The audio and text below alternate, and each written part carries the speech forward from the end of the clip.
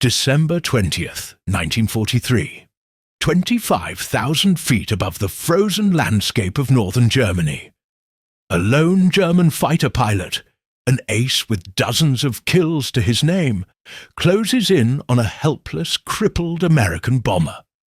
It is an easy kill, the final victory he needs to earn his country's highest honor. His finger tightens on the trigger, but he doesn't fire. Instead, he does something so unbelievable, so contrary to the brutal logic of war, that the American pilot would spend the next 40 years of his life trying to understand it. This is not a story about combat. This is a story about chivalry, and a secret kept between two enemies that would eventually turn them into brothers. By late 1943, the air war over Europe had become one of the most savage battlegrounds in human history. Every day, the American 8th Air Force launched hundreds of B-17 bombers from their bases in England. Their mission: to fly deep into the heart of Germany in broad daylight and destroy the Nazi war machine. The men who flew these planes were impossibly young, mostly in their late teens and early 20s. And their chances of survival were terrifyingly slim. The sky was a gauntlet of death. If the flak from the ground didn't get you, the swarms of elite German fighter pilots would. For the American bomber crews, every mission was a roll of the dice. A full tour of duty was 25 missions, but so many were shot down that the crews grimly joked that you had a better chance of winning the lottery. It was a world of kill or be killed, with no room for mercy. And into this world flew a 21-year-old farm boy from West Virginia on his very first combat mission. His name was Charlie Brown. He was the pilot and commander of a B-17 flying fortress nicknamed Ye Olde Pub. For Charlie and his 9 crewmen, this 10-man aluminum beast was their home, their shield, and their weapon. On the morning of December 20th, they were briefed on their target, an aircraft factory in the German city of Bremen. The mission was deep, the danger was high. The flight began smoothly. But as they climbed to their bombing altitude of 27,000 feet, the cold became a brutal enemy. Outside, the temperature was 60 degrees below zero. The cold was so intense it could freeze a man's skin to any exposed metal in an instant. The crew was on oxygen, isolated and anxious as they flew deeper and deeper into hostile territory. Then, all hell broke loose. As they neared Bremen, the sky erupted in black clouds of flak. Ye Olde Pub was rocked by explosions. Just as they cleared the flak, a swarm of over a dozen German fighters descended on their formation. For the next 10 minutes, Charlie Brown's bomber was in a fight for its life. Cannon shells ripped through the fuselage like a metal buzzsaw. The plexiglass nose cone shattered, exposing the bombardier to the freezing wind. One engine was destroyed. A second was heavily damaged. The tail gunner, the man in the most isolated position on the plane, was killed instantly. The hydraulic systems were shot out. The oxygen systems were gone. Most of the crew were wounded. The bomber was a flying wreck. Charlie himself was hit in the shoulder. He briefly lost consciousness, and Ye Olde Pub fell into a spiral dive, dropping thousands of feet in seconds. He awoke to the terrifying sound of the wind screaming past his shattered cockpit, fighting the controls to pull the dying plane out of the dive. He leveled off just a few hundred feet above the ground, alone and separated from his formation. He had no idea where he was, only that he was deep inside Germany, in a plane that was barely holding together. He was a sitting duck. On the ground at a German airfield near Bremen, Luftwaffe pilot Franz Stigler was watching the sky. Stigler was the opposite of Charlie Brown. He wasn't a rookie. He was a battle-hardened ace, a veteran of North Africa and Europe with 28 confirmed victories. More than that, he was a former airline pilot for Lufthansa, and he saw himself as a professional, a knight of the sky. He lived by an unwritten code of honor, taught to him by his commanding officer, a man named Gustav Rödel. Rödel had once told him, "You are fighter pilots. If I ever see or hear of you shooting at a man in a parachute, I will shoot you down myself." For Stigler, this was everything. You fight with honor, or you are not a true pilot. That morning, Stigler's squadron had engaged the American bombers. Now he was on the ground, refueling and rearming his Messerschmitt Bf 129. He was just 1 kill away from his 30th victory, the magic number that would earn him the Knight's Cross, Germany's highest and most revered military decoration. Suddenly, a ground crewman pointed to the sky. Flying low and slow, all by itself, was a single crippled B-17. It was the easiest target he would ever see. The Knight's Cross was his for the taking. He didn't hesitate. He scrambled to his plane and took off in pursuit. Stigler closed the gap in seconds.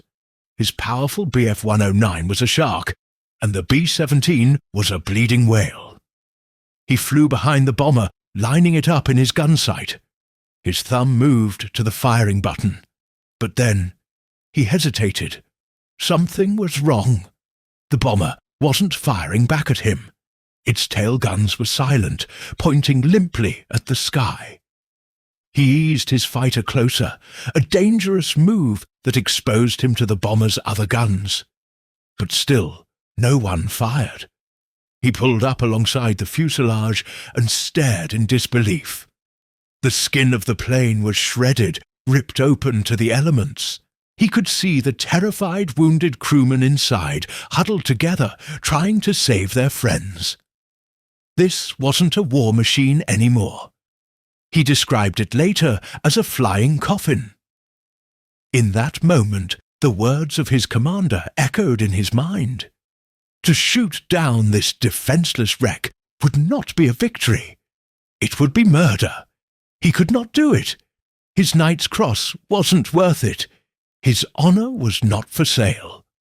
Charlie Brown looked out his window, and his heart stopped. A German fighter was flying just feet from his wingtip. The German pilot was looking directly at him. He was so close, Charlie could see the expression on his face. He waited for the cannon shells to tear him apart, but they never came. Instead, the German pilot made a gesture with his hands, pointing down, trying to tell him to land his plane in Germany. Charlie shook his head. He would rather crash than surrender. Stigler understood, so he tried again. He pointed north, toward neutral Sweden, only a 30-minute flight away. He was offering them a way out, a place to land safely. But in the chaos and trauma, Charlie and his co-pilot didn't understand. They just kept flying straight ahead, toward the North Sea, toward England. Stigler then realized a new danger. They were approaching the German coastline, which was lined with anti-aircraft batteries. The moment they saw a lone, crippled American bomber, they would obliterate it. So he made his final, most dangerous decision. He kept his plane positioned on the bomber's wing. He was effectively using his own Messerschmitt, with its German markings, as a shield, hoping the gunners on the ground would see him and hold their fire. Thinking the bomber had been captured, he was escorting his enemy through his own country's defences. They reached the coast and flew out over the cold, grey water of the North Sea. The bomber was clear of German airspace. Franz Stigler looked at Charlie Brown one last time. He gave the American pilot a crisp, formal salute. Then he peeled his fighter away and returned to Germany. Miraculously, Ye Olde Pub made it back to England, where Charlie Brown managed to land the plane before collapsing from his injuries. At his debriefing, he told his commanding officers the whole unbelievable story. He was immediately ordered to tell no one. The military brass did not want stories circulating that humanized the enemy. It was bad for morale. The incident was classified and buried. Back in Germany, Franz Stigler reported to his commander that he had engaged the B-17 and shot it down over the sea. He lied. If the truth ever came out that he had deliberately let an enemy escape, he would have been executed for treason.